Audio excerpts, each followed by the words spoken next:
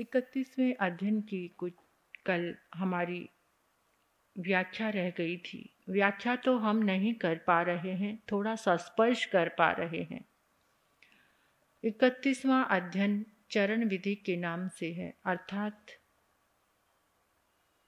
चरण विधि चरित्र की आराधना, चलने की विधि, जीवन जीने की विधि, कैसे चलना चाहिए।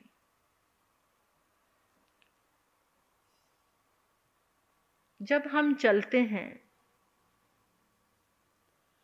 एक पांव उठाते हैं, दूसरा पीछे रहता है, एक आगे चलता है, फिर वो दूसरा आगे चलता है, एक पीछे रह जाता है।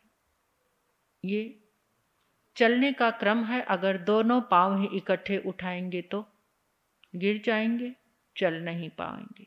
दोनों पांव से एक साथ नहीं चला जा सकता, एक फिर एक, एक फिर एक। ऐसे ही परमात्मा कहते हैं कि चलने की विधि सीखो, विचरण करने की, चलने की, कि हम कैसे चल रहे, किस में चल रहे हैं, कहाँ चल रहे हैं। संसार में चल रहे हैं, अध्यात्म में चल रहे हैं, धर्म में चल रहे हैं, पाप में चल रहे हैं। उस विधि को सीखना। पुद्गल प्रेम की दौड़ में धूप है, असंयम है, पाप से रिश्ता तोड़ना है। चलने की जो विधि बताई है, इसमें पाप से रिश्ता जो तोड़ना है, वो जो पाप से रिश्ता तोड़ लेता है। राग और द्वेष दो पांव हैं, इससे हम चल रहे हैं। कभी राग के पांव से चल रहे हैं, कभी द्वेष के पांव से चल रहे हैं। परमात्मा कहते हैं कि जो भिक्षु इसमें सजग हो जाता है, जाग जाता है, उसको अवरुद्ध कर देता है, रोक देता है, तो वो संसार मंडल से बच जाता है। संसार मंडल के यानी इस आने जाने का जो जन्म और मरण का बार बार का जो दुख है, इससे वो बच जाता है। तो इसमें दंड बताए गए हैं। जैसे एक प्रकार का असंयम है कि असंयम को छोड़ो। दो प्रकार का बंधन है, राग का बंधन और द्वेष का बंधन।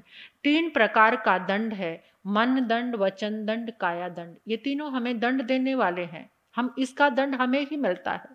हम सोचते हैं कि काया से, अपने हाथ से हमने किसी को मार दिया तो दूसरे को दंड मिला। वो दूसरे को नहीं, वो रिटर्न आपको ही, हमें ही उसका दंड भोगना पड़ेगा। उसको थोड़ा दिया है, हमें विद इंटरेस्ट उसको ज्यादा भोगना पड़ेगा। 3 दंड है। मन भी हमारा जब बुरे कर्म करता है तो दंड भोगना पड़ता है। वचन से हम बुरे वचन बोलते हैं, मन दंड, वचन दंड। और 3 प्रकार के गर्व है, उन गौरव से हमें बचना है, यानी अभिमान, रिद्धि का गर्व, रस का गर्व, साता का गर्व। मन वचन काया जब अशुभ में लगते हैं तो हमें बहुत बड़ा दंड भोगना पड़ता है। 3 गौरव यानी भारीपन, गौरव यानी अभिमान से इंसान भारी होता है, और जब इनको छोड़ देता है तो वो दुर्गति से बच जाता है। छोड़ने योग्य है 4 कथाएं, स्त्री कथा, भक्त कथा, देश कथा, राज कथा। 4 कषाय छोड़ने योग्य हैं, क्रोध, मान, माया, लोभ। 4 संज्ञा, आहार संज्ञा, भय संज्ञा, मैथुन संज्ञा और परिग्रह संज्ञा। आहार ग्रहण करने में उपयोग रखना। आहार ग्रहण करने में जो 7 प्रतिमाएं आती हैं, पहले परिमाधारी साधु 7 प्रतिमाएं का पालन करते थे, तो वो 7 भय स्थानों को जीत लेते थे। तो ये जो 31वां अध्ययन हमने कल किया है, इसमें 5 अक्षर आए हैं। रुभई यानी पाप कर्म का निरोध करो। चयई शल्यों का त्याग करो, छोड़ दो। सहई उपसर्गों को सहन करो, जो उपसर्ग आते हैं। वज्जई आर्त ध्यान, रौद्र ध्यान को वर्जित, वज्जई वर्जित करो, उसको अपने पास मत आनो। जयई जीतो इंद्रियों के विषयों और क्रियाओं को, उसमें जीतने की अपनी परिश्रम करो। जो संसार में रहकर इनको जीत लेता है वो दुख के चक्र से बाहर हो जाता है। आज हमने 32वें अध्ययन की आराधना की। 32वां अध्ययन परमाद स्थान के नाम से है। ये अध्ययन मिथ्या धारणाओं का समाधान करता है, वैज्ञानिकों और मनोवैज्ञानिकों को नई रिसर्च देता है। ये अध्ययन बहुत अद्भुत है। इसका नाम है प्रमाद स्थान। जैसे एक तो प्रमाद है, प्रमाद क्या है? क्रोध, मान, माया, लोभ। और दूसरा स्थान, मतलब इस क्रोध का, मान का, माया का, लोभ का स्थान कौन सा है? जब स्थान को त्याग दोगे तो कषाय, ये प्रमाद अपने आप ही चला जाएगा। तो यहाँ पर एक बहुत बड़ी रिसर्च दी है कि कोई विज्ञान में आगे बढ़ना चाहता है तो इस अध्ययन को आत्मसात करे। अब मैं तो इसको टच कर रही हूँ, इसकी व्याख्या करने बैठे तो ना जाने कितने महीने निकल सकते हैं। इसकी व्याख्या करो तो एक एक गाथा की, तो इसको हम स्पर्श कर रहे हैं। एक प्यास वाली बात है कि अगर सुन के आपके भीतर प्यास जाग जाए तो कभी अकेले बैठकर इस अध्ययन की आराधना करना। और इसके एक, आज तो सारी सामग्रियां हमारे पास अवेलेबल है। पहले ऐसा समय होता था कि एक एक आगम लेने के लिए बहुत दूर जाना पड़ता था, ना जाने कहाँ कहाँ पर भटकना पड़ता था, तब जाके आगम और उसकी टीका, उसकी व्याख्या, उसके अर्थ हमें मीनिंग प्राप्त होते थे। आज सब कुछ सहज है, लेकिन कोई लेने वाला, प्यास ही खत्म हो गई है। आज इंसान दूर दूर तक, नेपाल तक चल कर जाते थे साधु संत इस आगम की आराधना करने के लिए। बड़े आचार्य जहाँ विद्यमान होते थे वहाँ उनके चरणों में इतना विहार करके जाते थे कि वहाँ हमें आगम मिल जाएगा, शास्त्र मिल जाएगा और उसकी आज हम आराधना करेंगे। लेकिन अब ना प्यास है और ना भावना है, क्योंकि पाप का पहरा बढ़ता चला जा रहा है। इसलिए ये सद्बुद्धि का जागरण नहीं हो रहा। तो यहाँ पर कहते जो वैज्ञानिक लोग हैं, मनोवैज्ञानिक लोग हैं, उनको भी इस आगम की, इस अध्ययन की आराधना करने से एक बहुत बड़ी रिसर्च मिल सकती है और वो बहुत अच्छे से ट्रीटमेंट कर सकते हैं। कैसे? जैसे यहाँ पर एक बात आती है, जैसे हमारी इंद्रियां हैं, ये इंद्रियां पदार्थ के पीछे भागती हैं या पदार्थ इंद्रियों के पीछे भागता है? आंखें रूप को देखती हैं या रूप आंखों को देखता है? कौन देखता है? ये कान शब्दों को सुनते हैं या शब्द कानों की तरफ भागते हैं? परमात्मा ने इसका समाधान करते हुए कहा है कि जो इंद्रियां हैं वो भी रूप के ऊपर आकर्षित होती हैं और रूप भी इंद्रियों की ओर भागता है। कब? उसके दो कारण हैं, राग और द्वेष। प्रभु कहते हैं कि दोनों ही एक दूसरे के पीछे भाग रहे हैं। पहले शराबी ने एक पैग लगाया, शराबी ने एक प्याली शराब पी, फिर सारी बोतल उस शराबी को पीने लग जाती है। फिर शराब उसको पी गई। पहले उसने शराब पीनी शुरू की, फिर शराब उसको भी पी गई, उसके घर को भी पी गई, उसके धन को भी पी गई। तो ये क्या है? यानी दोनों ही, इस अध्याय का नाम परमाद स्थान है। परमाद को नहीं, परमाद के स्थानों से बचने के लिए प्रभु ने कहा है कि परमाद के स्थान पर जाओ ही नहीं। जो शराब पीता है उसके पास जाओ ही मत। अपने अंदर प्रतिज्ञा कर लो कि मुझे इसके साथ, क्योंकि उसकी रोज रोज की बातें सुन के, रोज रोज की बातें सुन के, रोज रोज का कंपेल, एक बार एक पैग, एक घूंट पी कर देख। एक बार सिगरेट पीने वाला क्या कहेगा? एक बार ट्राई कर ले बस। फिर एक बार ट्राई की सो चली गई अंदर, फिर वो ट्राई करता रहेगा, फिर वो सिगरेट उसको पीना शुरू कर देगी। तो इसलिए क्या परमात्मा कहते हैं कि दुख को नष्ट करने के लिए तुम्हें क्या करना है? इसमें बहुत सुंदर गाथा आई है। क्या? जैसे हम सभी कहते हैं कि मोह को छोड़ दो, राग द्वेष को छोड़ दो, है ना। सभी संतों ने यही कहा है। लेकिन परमात्मा कहते हैं कि पहले दुख को छोड़ो। अगर तुम दुख को कहते, तभी संत जिन्होंने ये कहा ना कि तुम पहले मोह को छोड़ो, राग द्वेष को छोड़ो, उन्होंने ये अपना संदेश दिया, लेकिन वो फेल हो गए। परमात्मा प्रभु महावीर ने ये कहा है कि पहले दुख को नष्ट करो। तुम्हें देखना है कि दुख आ कहां से रहा, दुख के कारण को जानना है कि दुख कहां से आ रहा है, क्योंकि दुख को नष्ट करने से मोह अपने आप ही नष्ट हो जाएगा। मोह नष्ट हुआ तो तृष्णा नष्ट हो जाएगी, तृष्णा खत्म हुई तो लोभ खत्म हो जाएगा, और लोभ खत्म हुआ तो अकिंचन।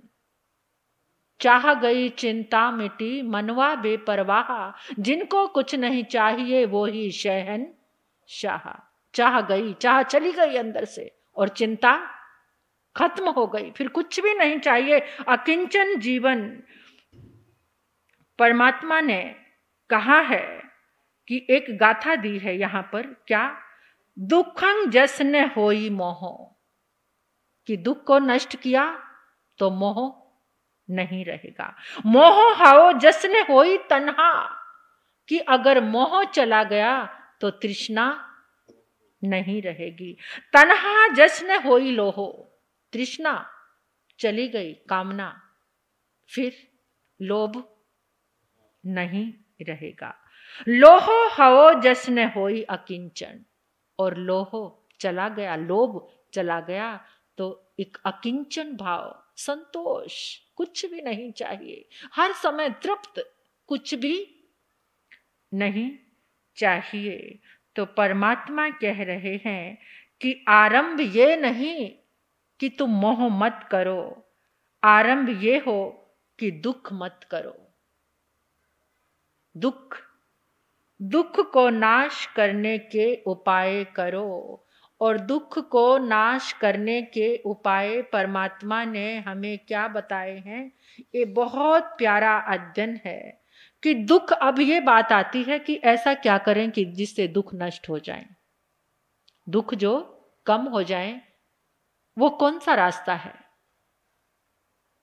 मोह को कम करने के, राग द्वेष को कम करने के तो रास्ते सभी ने बताए हैं, पर दुख ना हो पहले जानना है कि प्रभु ने चौथी और पांचवी गाथा में, इस परमार्थ स्थान में हमको बताया है कि गुरुओं की सेवा करो, वृद्ध जनों की सेवा करना, मूर्खों से दूर रहना, अज्ञानियों से। ये दुख मिटाने के साधन बता रहे हैं परमात्मा। क्या? गुरुओं की। जब गुरु की सेवा करोगे तो वहां से कौन सी ब्लेसिंग मिलेगी? आशीर्वाद, एक दुआ, एक वाइब्रेशन। वृद्ध जन की सेवा करेंगे, यहां अंदर से देखो आपकी काम क्या कर रहा, दुख कैसे नष्ट हो रहा है, कि जिसने ये आशीर्वाद दे दिया, सेवा करते करते आशीर्वाद तो निकलता है ना, फिर वहां दुख अपने आप ही नष्ट, चित्त निर्मल होना शुरू हो जाता है, दुख मिटना शुरू होता है। बूढ़े लोगों की, वृद्ध जनों की सेवा का भाव, सेवा के घर बहुत दूर होते हैं, सेवा करना सबसे ज्यादा मुश्किल है, सेवा नहीं हो पाता, कोई नहीं कर पाता। इस शरीर को हिलाना डुलाना, इससे सेवा करना बड़ा कठिन कार्य लगता है। मूर्खों से दूर रहना, अज्ञानी लोगों से। कहते हैं कि ज्ञानी से ज्ञानी मिले, करे ज्ञान की बात, मूर्ख से मूर्ख मिले, दे गुस्सा दे लात। जब दो ज्ञानी मिलेंगे ना, तो वो साथ में बैठकर सारी समस्याओं को सुलझा लेंगे, और जब दो मूर्ख मिलेंगे ना, तो समस्या को और बढ़ा देंगे, और कलह, और कलेश, और व्याकुलता, और उद्गिनता का वातावरण बन जाएगा। कभी कभार आपने देखा है, कुछ लोग ऐसे होते हैं, चलो पीछे जो बातें हैं उनको सॉल्व कर लेते हैं ना, शॉर्ट आउट कर लेते हैं, और फिर पिछली को उखाड़ उखाड़ कर दोनों लड़ाई करके और ज्यादा संघर्ष करके वहां से उठते हैं। लेकिन ज्ञानी क्या कहते हैं? पीछे जो गया उसको हमने डिलीट कर चुके हैं, आओ गले से मिलते हैं, आओ गले से मिलते हैं। पीछे जो गया उसको डिलीट कर दिया, लेकिन हम फोन की चीजों को तो डिलीट कर देते हैं कि फोन हैंग ना हो जाए, और यहाँ जिंदगी जो हैंग हो रही है उसको कुछ ही चीज को भी डिलीट करने की कोशिश। ये बाहर का यंत्र, ये हैंग हो जाएगा आपको चिंता है, और ये जिंदगी हैंग हो रही है, इतना कुछ सेव करके रखा है उसको डिलीट करते ही नहीं। तो ज्ञानी मूर्खों से दूर रहना परमात्मा से कहते हैं। स्वाध्याय करते हुए एकांत स्थान में रहना, सूत्र और अर्थ को धैर्य पूर्वक समझना। ये नहीं कि तू चल मैं आया, तू चल मैं आया, फटाफट फटाफट ऐसे उंगलियां घुमा रहे, ध्यान इधर उधर है, मन कहाँ है, और ये सब, इससे कुछ भी हमें आज तक मिला नहीं और मिलेगा नहीं। परमित साधु के लिए परमात्मा ने कहा है परमित और निर्दोष आहार। परिमित थोड़ा आहार ग्रहण करना। जो निपुण है, बुद्धि वाले हैं, उनका संग करना। जो अपने से ऊंचे हैं, धर्म में, साधना में। आज इंसान किसको अपने से ऊंचा समझता है? किसको? धन वाले को। और उस ऊंचे के साथ में रहकर, चाहे उसके जीवन में एक भी गुण ना हो, चाहे वो दुर्गुणों से भरा हो, लेकिन क्या है, जीवन की पहचान है कि उसके साथ रह रहे हैं। लेकिन परमात्मा के सूत्र कह रहे हैं कि जिसके जीवन में गुण है, अगर गुणवान के साथ रहोगे तो गुण तुम्हारे जीवन में भरपूर रूप से प्रवेश हो जाएंगे। पापों का वर्जन करके विहार करना, ये दुख दूर करने के मार्ग हैं। अपने से गुणवान के साथ मैत्री करो। प्रभु कहते हैं कि दुख से बचने के लिए दूध, घी आदि रसों का अधिक सेवन नहीं करना। ये जो रस है ना, 5 रस बताए गए हैं, 6 रस, अगर उसको अधिक मात्रा में सेवन करते हो तो शरीर में रोग उत्पन्न हो जाते हैं। कैसे? क्योंकि अत्यधिक ऊर्जा उत्पन्न होती है, और वो ऊर्जा कैसे निकलेगी? धर्म तुम कर नहीं रहे, आराधना कर नहीं रहे, विधियों का सेवन किया है तो अगले दिन उपवास करो ना। ये एहसास हो जाए कि आज मैंने सारे रसों का सेवन कर लिया है, तो कल क्या करना है, वो ऊर्जा बैलेंस हो जाएगी। नहीं तो वो अधिक ऊर्जा विषय विकारों, वासना को उत्पन्न करेगी, और वासना जब उत्पन्न होती है तो वो रोगों का आमंत्रण है। तो जीव की के काम भोगों की आसक्ति ने मनुष्य को ज्यादा दुखी किया हुआ है। दुख का कारण क्या है? आसक्ति काम भोगों की। तो यहाँ मार्ग बताए हैं। वीतराग प्रभु ने कहा है, और उन्होंने तो वीतराग बन के इन दुखों को जीत लिया है। इसलिए वीतराग का ध्यान करो ताकि हम भी इन दुखों को जीत ले। भोजन करने से दुख नहीं, बल्कि भोजन के प्रति गीत दृष्टि से दुख है। भोजन करने से दुख नहीं है, भोजन के प्रति गीत दृष्टि, ये भी खा लो, ये भी खा लो, अभी देख रहा है मेरी थाली में और सामने मुझे ये भी खाना है। ये गीत दृष्टि मन भावन रूप देखकर आंखें चमक जाती हैं, और फिर अंदर से एक विकार का भाव पैदा होता है। और कुरूप को देखकर आंखें, रूप को देखकर तो चमकी, और कुरूप को देखकर ये आंखें सिकुड़ जाती हैं। टीवी देखते हुए जब आप भोजन करते हैं तो आपको तृप्ति मिलती है? नहीं मिलती। जब आप प्रसाद बनाकर भोजन करते हैं तभी आप तृप्त हो जाएंगे। टीवी देखते, मोबाइल देखते हुए जब आप भोजन करते हैं, कितना भी खा लो, आपको लगेगा ये कुआं अभी खाली ही पड़ा है, सारी एनर्जी नष्ट हो जाती है। भोजन को प्रसाद बनाकर अहोभाव के साथ, ये भोजन मेरे भीतर जाकर मुझे अध्यात्म से, प्रभु भक्ति से जोड़ेगा, मुझे कामयाब बनाएगा, इस संसार में जीने का ढंग देगा। ऐसी भावना से किया खाया गया भोजन। 5 इंद्रियों के विषयों को परमात्मा ने इसमें समझाया है। इतना बड़ा समय हमारे पास नहीं है। ये स्पर्श इंद्रिय के लिए आज इंसान कितना पाप करता है। हाथ में कौन सा पर्स चाहिए, हाथ में कौन सी, यहाँ तक कि सांप की चमड़ी से भी कुछ नरम चीजें बनती हैं। और इंसान इतना हत्यारा है कि एक कोमल स्पर्श के लिए, और वो गाय का बछड़ा जो अभी माँ के पेट में ही है, गरम गरम पानी जब जीवित गाय के ऊपर डाला जाता है, तड़फ तड़फ के वो मरती है। जितना वो तड़फती है उतना ही उसका बच्चा पेट में फूलता है, और उस बच्चे को, गाय के पेट को चीर के उस बच्चे को निकाल करके उसके पर्स बनाए जाते हैं, और पैसे वाले बड़े खुश होते हैं उस ब्रांड को लेकर के। इतना बड़ा दुख कैसे भोगेंगे, कैसे झेलेंगे उस तूफान को, कैसे झेलेंगे उस तूफान को, जब दर्द का तूफान। एक एक्सीडेंट हुआ, घर के 5 मेंबर उस एक्सीडेंट में मर गए। एक ने पर्स खरीदा, 10 ने उसकी अनुमोदना।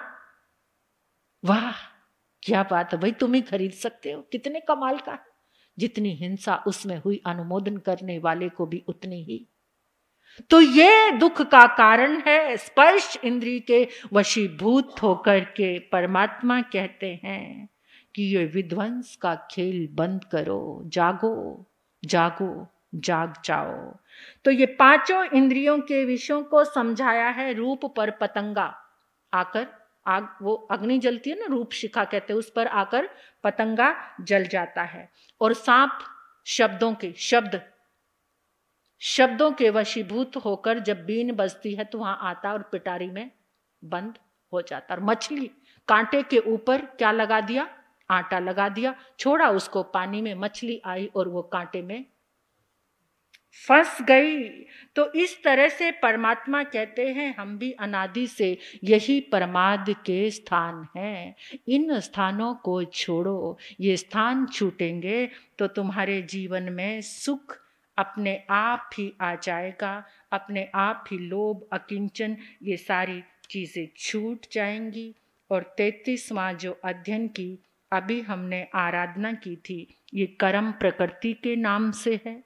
आत्म शक्ति सब में समान है, सिद्ध भगवान में भी और हमारी आत्मा भी, लेकिन परिस्थिति वातावरण के लिए ये समान नहीं है।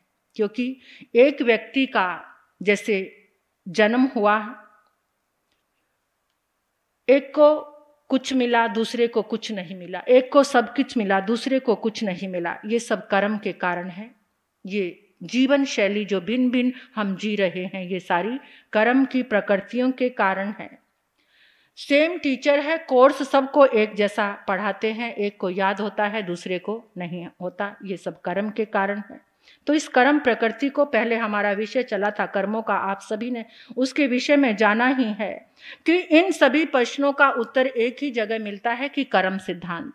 काला है, कोई गोरा है, कोई छोटा है, कोई मोटा है, कोई धनवान है, कोई गरीब है, किसी की इंद्रियां पूर्ण है, कोई मंद बुद्धि है, कोई बुद्धिमान है, ये सारा कर्म का खेल चल रहा है। कोई ऊंचे कुल में है, कोई नीचे कुल में है, कोई देखने में सुंदर लग रहा है, शोभायमान लग रहा है, किसी के घर में सभी रस है, कोई सूखी रोटी खा रहा है, कोई एक कलम चला करके लाखों करोड़ों रुपए कमा रहा है और एक दिन भर शरीर की मेहनत करके शाम की रोटी भी जुटा नहीं पा रहा। इसके पीछे पूरा कर्म का सिद्धांत है। जैसी शक्ति आत्मा में है वैसी ही शक्ति पदार्थ में भी है। अगर दोनों का प्रयोग सही रूप में किया जाए तो परमात्मा कहते हैं वो तीर्थंकर बन सकता है। कर्म एक शक्ति है, ऊर्जा है, स्पंदन है, कंपन है, एक तरंग है, परमाणु है। यही कर्म की प्रकृति है, यानी नेचर है। जिस रूप में तुमने ग्रहण किया वैसे ही रूप में वो तुम्हारे रूप में, फल के रूप में आ गया। कर्म स्वाधीन नहीं है, आत्मा अधीन है। आत्मा के अंदर जब मन वचन काया के माध्यम से स्पंदन चलते हैं तो कर्म अपने आप ही आत्मा के पास, आत्मा के अधीन हो जाते हैं। अगर आत्मा में शक्ति है कर्मों को तोड़ने की, लेकिन कर्म में शक्ति नहीं है आत्मा को बांधने की। जब तक वो बंधा है आत्मा में शक्ति है उसको तोड़ने की। ध्यान दीजिए, आत्मा कर्म बंधन में, कर्म फल भोगने में और तोड़ने में स्वतंत्र है।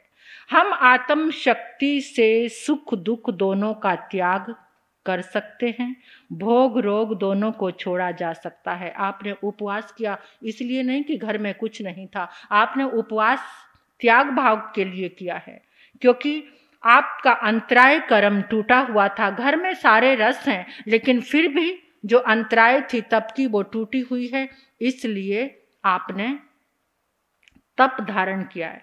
ऐसे ही दुखों का त्याग भी किया जा सकता है, जैसे अनाथी मुनि ने किया, नमिराज ने किया, आचार्य भगवान आत्मा राम जी महाराज साहब ने। उनकी आत्म शक्ति का जागरण हुआ और वेदना के अंदर भी उनको आत्मा की अनुभूति हो गई।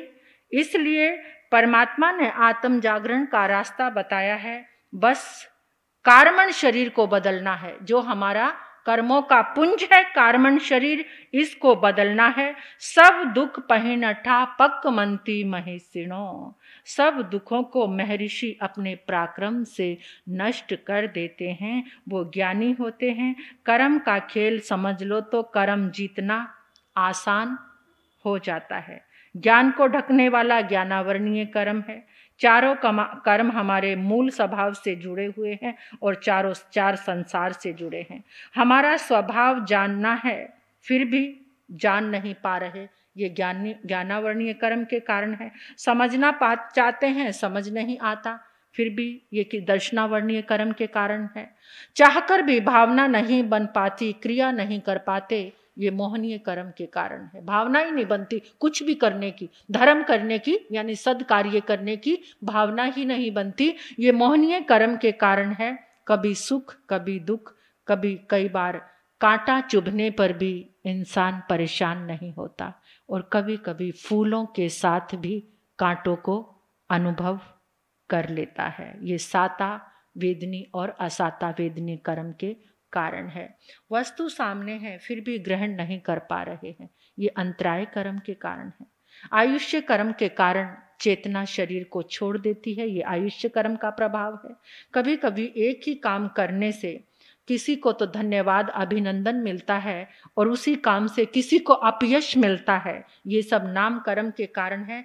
तो कर्म तोड़ने के मार्ग प्रभु ने बताए हैं। पहले हमारा बहुत विशाल रूप में कर्म सिद्धांत चला था। कर्म ग्रंथ को हमने रटना नहीं है, कर्मों को याद कर लिया, ये क्या 8 कर्म याद कर लिए, इनको रटना नहीं बल्कि इनको समझना है पूरी तरह से। जब ये समझ आ जाएंगे ना तो इनको खेलने में बड़ा आनंद आएगा इनके साथ। जब कर्म सिद्धांत समझ आ जाता ना तो कर्म के साथ खेलने में बड़ा मजा आता है। क्या मैंने ही तो किया है, मैंने ऐसा किया था, आज ये आ रहा है, कोई बात नहीं, आ गया, मेरे भीतर ताकत है, शक्ति है, मुझे इसको तोड़ना है। और मैंने ऐसे शुभ कर्म करने हैं, मैंने ऐसे प्रयोग करने हैं, मैंने ऐसा पुरुषार्थ करना है कि मैं इन कर्मों के खेल के साथ खुद भी खेलूंगा और खेल खेल में इनको हराऊंगा। तो ऐसे समझदार बनकर खेलना है, कर्मों के साथ खेलना आसान हो जाएगा। कल 34वें अध्ययन की 35-36 3 अध्ययन की हम कल आराधना करेंगे। आज क्या है? आज वीर निर्वाण कल्याणक की पावन वेला, इसमें हम अत्यधिक पुरुषार्थ करें। ये दिवाली की जो आराधना हर एक धर्म में, ये क्या है? अज्ञान से ज्ञान की ओर बढ़ना, अंधकार से प्रकाश की ओर जाना, हिंसा से अहिंसा की ओर, सुनो ध्यान से, हिंसा से अहिंसा की ओर जाना। अगर महावीर को जाना है, समझा है, तो कहाँ जाएंगे हम? कहाँ जाएंगे?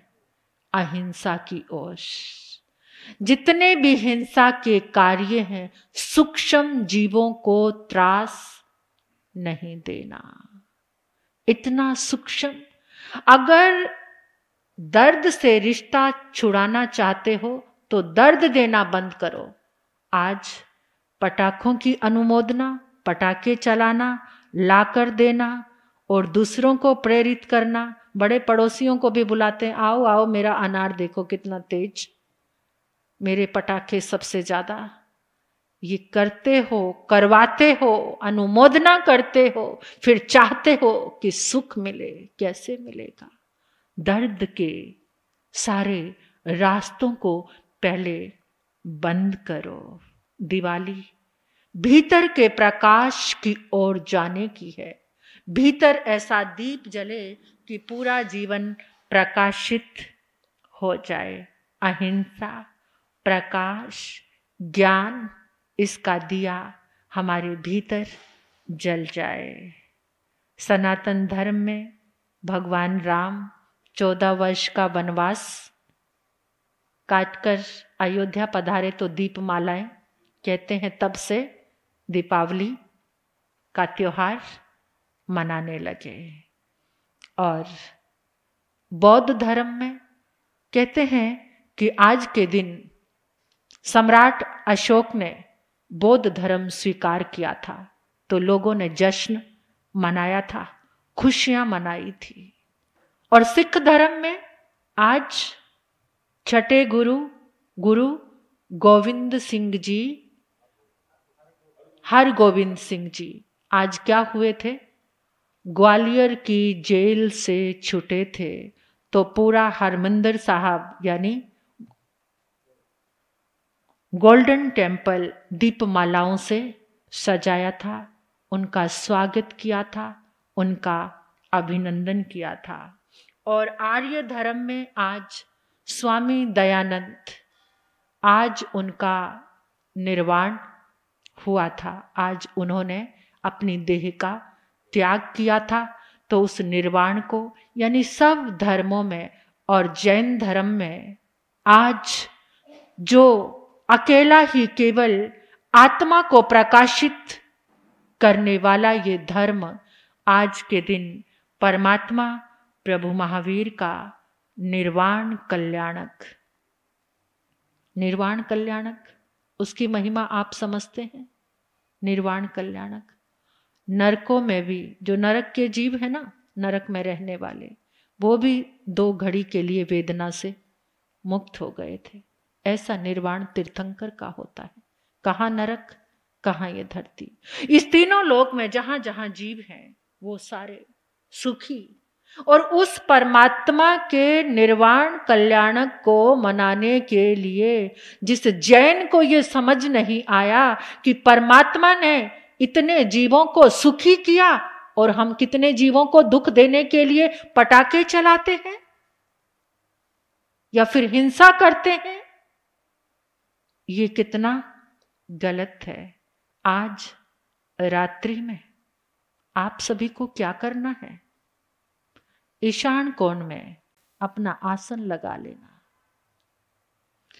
जो महावीर का अनुयायी होता है, जब प्रेम से भरकर परमात्मा की कोई भी हो जाए, चाहे किसी भी धर्म गुरु को, धर्म दर्शन को मानने वाला हो, जब वो प्रेम से भरकर परमात्मा की आराधना करता है ना, तो सारे चौघड़िए लाभ में बदल जाते हैं। सुनो ध्यान से, उद्वेग, रोग जो चौघड़िया है, अगर तुम प्रेम से भरकर परमात्मा की आराधना और प्रार्थना करते हो तो सारे चौघड़िए लाभ में, अमृत में बदल जाते हैं। तुम्हारे प्रेम की ऊर्जा सारे उद्वेग को, तुम्हारी भक्ति की ऊर्जा, तुम्हारी श्रद्धा की ऊर्जा सारे उद्वेग को समाप्त कर देती है। तो आज कैसे दिवाली की आराधना करनी है? आपने निर्वाण कल्याण की आराधना करनी है।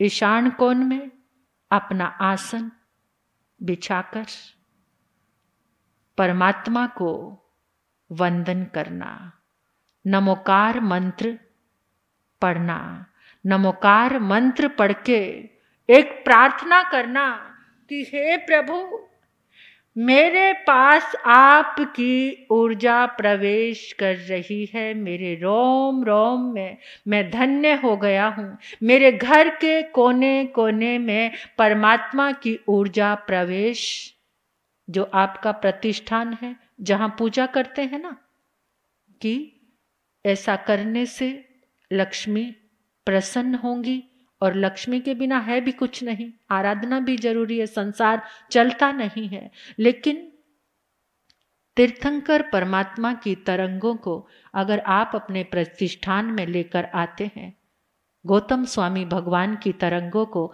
आप अपने प्रतिष्ठान में लेकर आते हैं, तो अनंत लब्धियां खिलनी शुरू हो जाती हैं। तो आपको क्या करना है? पहले ईशान कोण में उठ बैठ कर 3 बार वंदन करना, अपने परमात्मा के समोशरण को वहां पर महसूस, जो रोज सुन रहे हो ना, यहाँ पर नमोकार मंत्र पढ़कर आंखें बंद करके बैठ जाना और परमात्मा के समोशरण में खुद को देखना, और प्रभु की आशीर्वाद में उठे उन हाथों से निकलती हुई ऊर्जा अपने ऊपर, अपने परिवार के ऊपर, अपने घर के अंदर, अपने कोने कोने में, आपके व्यापार प्रतिष्ठान में, सब तरह उन तरंगों को प्रवेश होते हुए आपको देखना है। अगर पुच्छी सुनम आता है तो पुच्छी सुनम की आराधना करना, नहीं तो देखकर पुच्छी सुनम की आराधना करना। और माला जाप क्या करना है? नमो थुणं समणस भगवो महावीरस, नमो थुणं समणस भगवो महावीरस, नमो थुणं समणस भगवो महावीरस। आज भी करना है ये साधना, और कल भी करनी है ये साधना। नमो थुणं समणस भगवो महावीरस। और फिर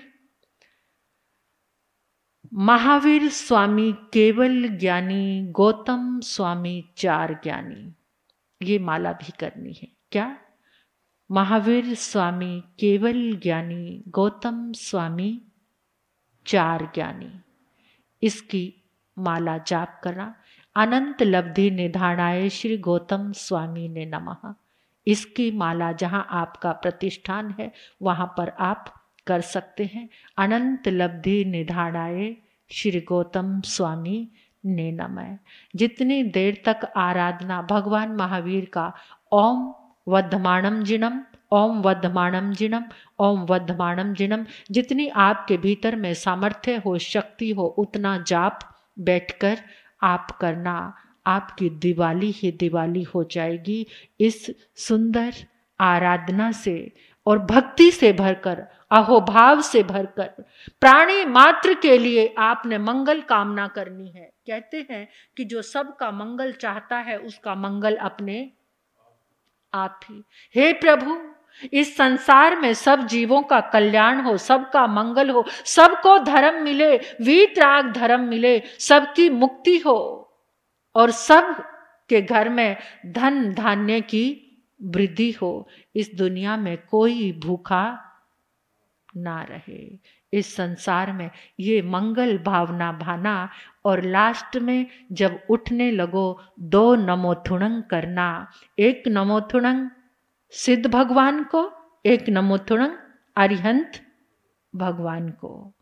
तो फिर ये निर्वाण कल्याण की पावन बेला और ये दिवाली आपके लिए दीपों की आवली बन जाएगी, दीपों की कतार बन जाएगी। सद्गुण के दीप, धन धान्य समृद्धि स्वास्थ्य के दीप हर घर में जल उठेंगे।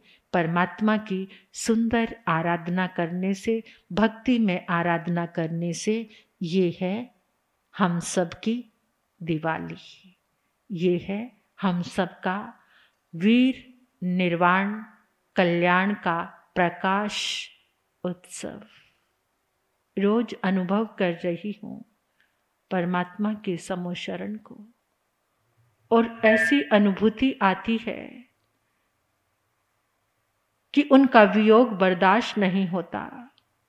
ये समोशरण, इस आगम की, इन दिनों की कुछ तरंगे ही ऐसी है कि परमात्मा की अनुभूति साकार हो जाती है, और हर पल लगता है कि वो साथ में हम उनके चरणों में बैठे हैं। निर्वाण हो जाएगा तो कैसे जिएंगे? नहीं लगता कि वो 2551 साल पहले की बात है। वो लगता है कि आज अभी इसी पल हम समोशरण का आनंद ले रहे हैं। मैं ये अपनी बात कह रही हूँ।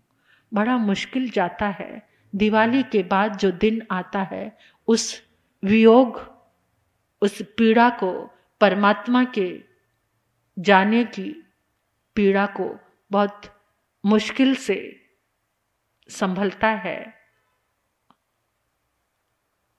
इसलिए आप भी अनुभूति करना, परमात्मा के साथ जीना, समोशरण में बैठकर जीना, समोशरण की अनुभूति में जीना, परमात्मा के स्पंदन अपने भीतर जाते हुए महसूस करना।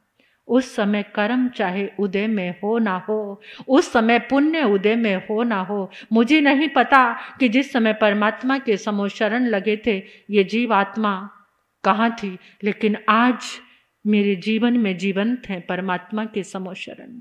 आज मेरे जीवन में वो अनुभूति जीवंत है और एक पल पल में नाम लेने से आंखें नम होती हैं और सौभाग्य के लिए खुशी के अश्रुधारा बह उठती है। मेरा इतना पुण्य, मैंने परमात्मा की वाणी को गाने के लिए मुझे प्रभु ने चुना, इस शासन ने चुना, मुझे ये सौभाग्य मिला, तो इस सौभाग्य के लिए मैं बहुत धन्य हुई हूँ, गदगद हुई हूँ। और आप सब भी धन्य हो जो रोज आकर सुन रहे हो, परमात्मा को अपने भीतर लेकर जा रहे हो। हमारे भीतर में परमात्मा को, अपने भीतर में प्रभु को जन्म दे दो, अपने भीतर में प्रभु को जन्म दो। ये पुरुषार्थ करो आज कि भगवान महावीर हस्तिपाल राजा की रज्जुक सभा में तो थे, लेकिन आज वो रज्जुक सभा मेरे अंतर हृदय में साकार है, मेरे अंतर हृदय में परमात्मा का जन्म हो चुका है। महावीर मेरे भीतर जन्मे, मेरे रोम रोम, मेरे कण कण में मैंने सुन ली है और जान ली है, अब मान भी लूं ये महावीर की वाणी। कल्याण करे जिन वाणी, ये मेरे वीर की वाणी। कल्याण करे जिन वाणी। बोलिए भगवान महावीर स्वामी।